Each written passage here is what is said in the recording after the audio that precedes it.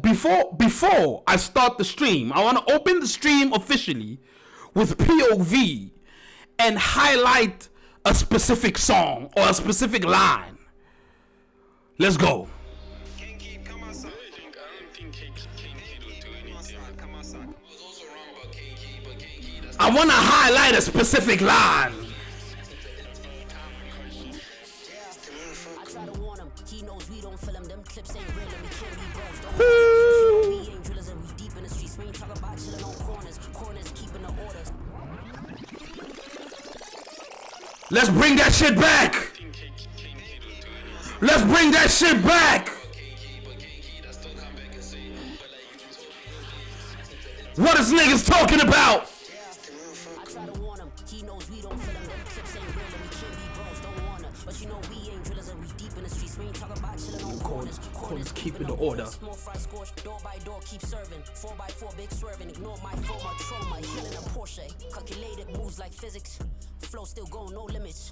The motion giving them sickness. Still float your boat, don't trick. We're gonna stop it right there.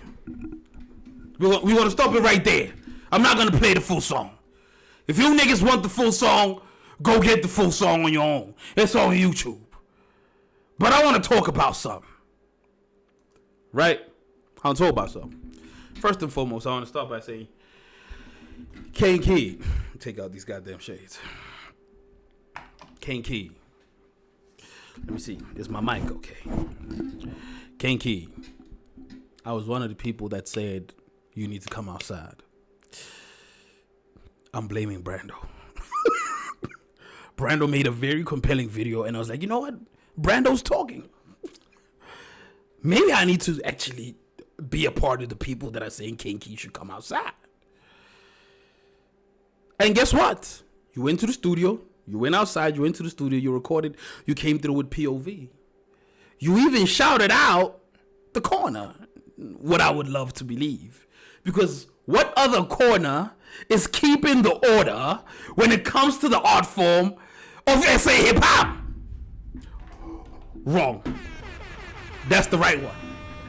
What other corner is keeping the order when it comes to the integrity and the art form of SA hip hop? I only know one corner, which is UNC'S corner. Let's keep it a stack. Now, you came through with POV. You shouted out the corner. Big shout out, right? Big shout out for shouting out the corner. Now, we're familiar with you out here on the corner, but people may not know that we're familiar with you.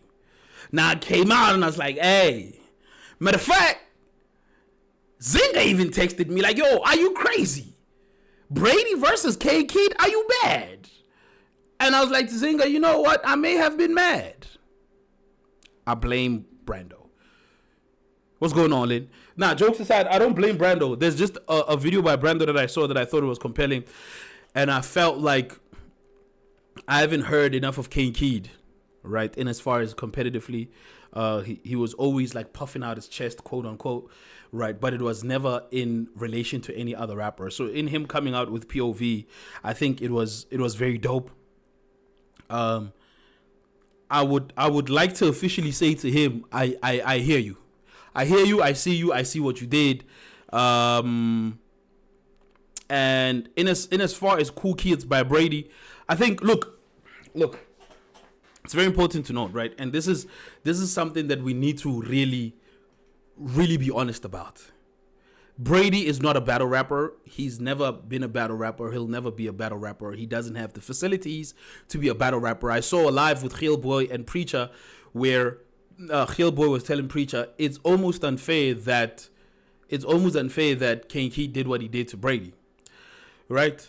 And because Brady doesn't have the necessary capabilities to do what he should do against these rappers, Kane Keid being one of them, right? And Preacher said, hey man, but this man can rap. I think Preacher, if you're here watching, right, I don't think he can rap bar for bar with these niggas. He can rap, but I don't think he can rap bar for bar with these niggas. So I don't think he can competitively rap. I don't think he can battle rap. I don't think he comes from that cloth. With that being said, he needs to stop being arrogant. Like, I understand GMG style, your own pounds of lean, allegedly, all that, right? First year of being rich is your project, right? That's about to come out, or whatever it's called. I think it's called First Year Being Rich or something like that, right? I understand all that. It's all cool nigga shit. I get it. Look, I get it. It's all about being cool. It's all hip hop, baby. We out here, diamond walk, woo, woo, woo. I get it. Not here. As I said on the previous episode, because I don't want to spend too much time on Brady, because I spoke about him on the previous video. I don't want to spend too much time on Brady, but like I said on the previous videos that are out, unfortunately, this is hip-hop. And what you forgot with hip-hop is that the battle rap aspect is as important as being cool. So, cool kids is cool, but it's not enough. I think it's time for Brady to concede, right? Obviously, he won't come out and say, I lost the battle. No other rapper would do that, right? No self-respecting rapper will come out and say, I lost the battle. But a self-respecting man, right, will come out and say, yeah, I may have lost that battle. Unfortunately for Brady, he's still a kid. He's not a man as yet, so he won't come out. But I think as hip hop, we need to tell the truth, right? In as far as we know what Kane did to Brady, and no matter what Brady does, it will never level up to Kane's pen. It's very important to note. It's very, very, very important to note. However, I want to defend Brady and maybe the UG to an extent. I know I was kicking their backs in last week, but I want to defend them. I saw a video by Brando this week, I believe. Today, actually, I believe. And he was talking about Cool Kids, the song. And he was very disappointed and he was kicking Brady's back in like badly. Right? Like badly. Right? And I think that was unfair. And the reason why I think that was unfair, I think a bunch of commentators, inclusive of myself, were like, the underground is not going to be what you guys think the underground is going to be. And part of being the up-and-coming young group of people, right, part of being that is understanding that, oh, yeah, or rather, not understanding, but holding the stance of, oh, yeah, we're not going to listen to nobody, we're going to do what we need to do, which is fair, right? That's fair. I'm not going to chastise anybody for that. Anybody that is being young understands this part, right? However, there's a group of commentators, myself included, that were like, this is not going to work. And there's a group of commentators that said, this is going to work. Right? With a group of commentators saying this is going to work, they are slowly realizing this is not going to work. Right? People like Kane Keid came out, people like Uzi came out, right? And proved that this is not going to work in the way that... Respect! Big shout out to Kane Keid, respect all from out here, baby! Big shout out to Kane Keid. Thank you for shouting out the corner also. Thank you. Thank you for shouting out the corner for keeping the order. You know what I mean? I be trying out here. Right. For those who will be watching this on YouTube, Kane Keid is on the chat.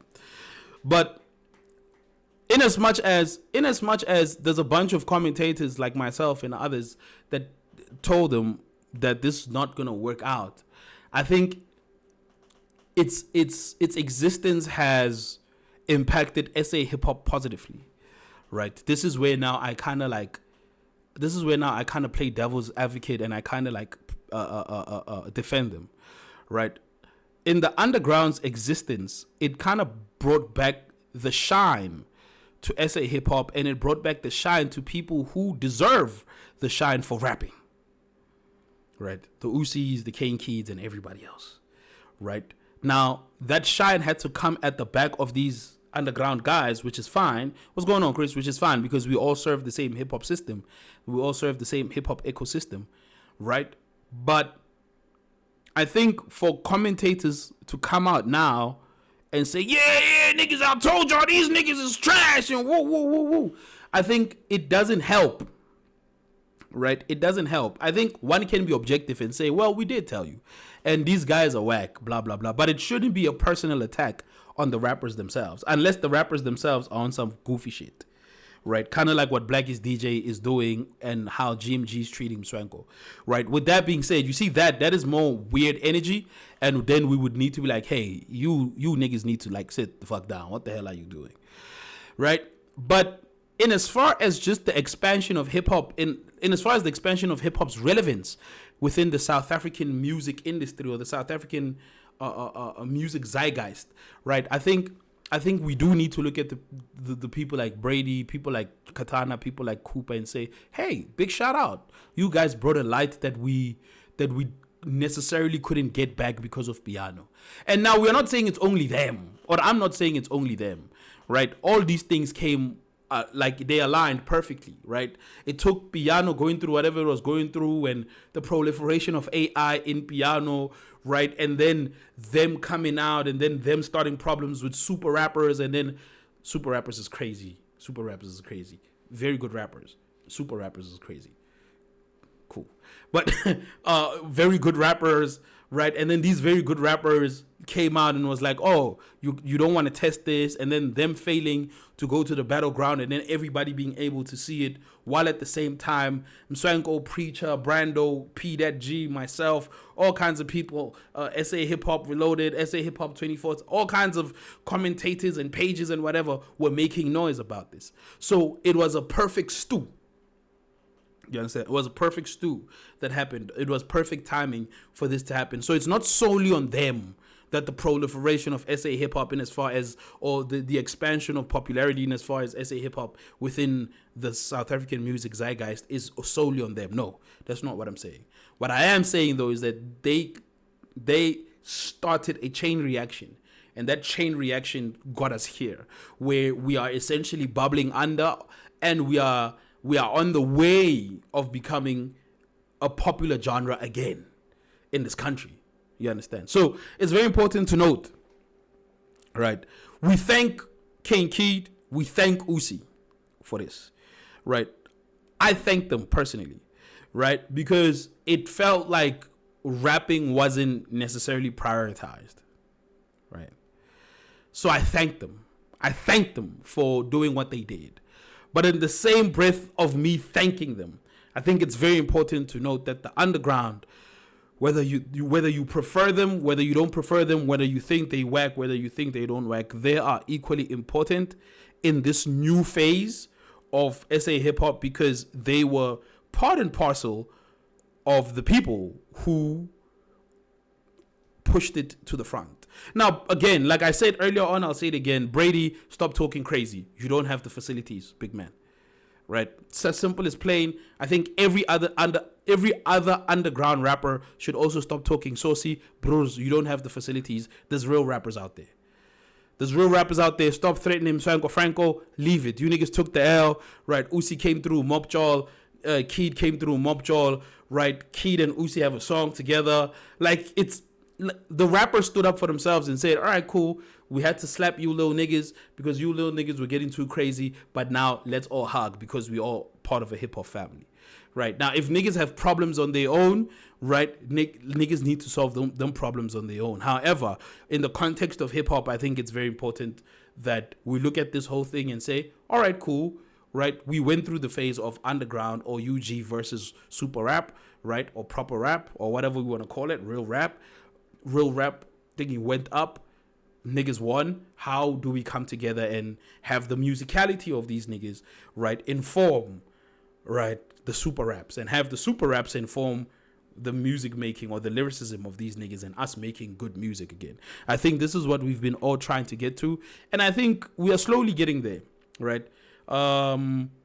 We must do it for the culture, but also we must respect the art form, as Kane Keid said, right, on POV. And it's very important to note that we will never get to that point unless we have these negotiations. The last year I was talking about this, that we need to have internal negotiations. And these are the internal negotiations, right, battling. These are the internal negotiations. People seeing that, oh, there's a specific brand of rap that exists, right, that is good. These are the negotiations. The other side standing up for themselves. These are the negotiations, right? Jay Katana, after losing so badly to Usi, going out to go shoot a music video with Brother Cooper for their song. And having a group of fans celebrate that, while there's a group of fans listening to POV, right? These things are extremely important, right? To outsiders, this may look like, oh, we are fighting amongst ourselves, but this is the nature of hip hop. It is the negotiation of how we get to a place where there's an understanding of things and how we do things, right? And as far as Blackie, I don't want to really comment on Blackie too much because I spoke about Blackie. I've been speaking about Blackie for several videos, so I don't want to comment on Blackie too much, right? I will say though, right, big shout out to everybody involved, but more especially the rappers that came out and said, hey, we out here, don't be talking too crazy about us, right? I saw Uzi said this on El Tito's podcast, right, where he's like, it feels like I'm fighting with bros that are not going to fight back, so I'm not even going to partake in that, and I respect it. But for him to come out and stand firm, and for Keid to come out and stand firm, we thank you guys, because it was needed. There was a time where they were calling proper rap music and proper hip-hop music Channel O music. These 13-year-old kids, you understand? They didn't understand that lyricism is important. So thank you very much. And that's what I wanted to say for today. First point.